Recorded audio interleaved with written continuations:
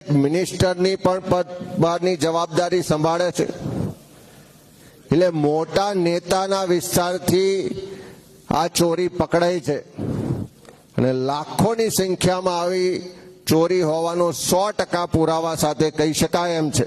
અલગ અલગ રીતે જોઈએ તો 5 રીતે આ મતદાર યાદીમાં વોટ ચોરીઓ થાય છે અને આ 5 જે પદ્ધતિઓ છે એ પદ્ધતિમાંથી એટલું ચોક્કસ કહી શકાય કે એક પદ્ધતિ એવી છે કે સંપૂર્ણ ડુપ્લિકેટ મતદાર હોય, એટલે વ્યક્તિ મતદાર એક જ છે પણ 3-4 આઈડી હોય એના આધારે 3-4 વોટ એના નોંધાયા છે।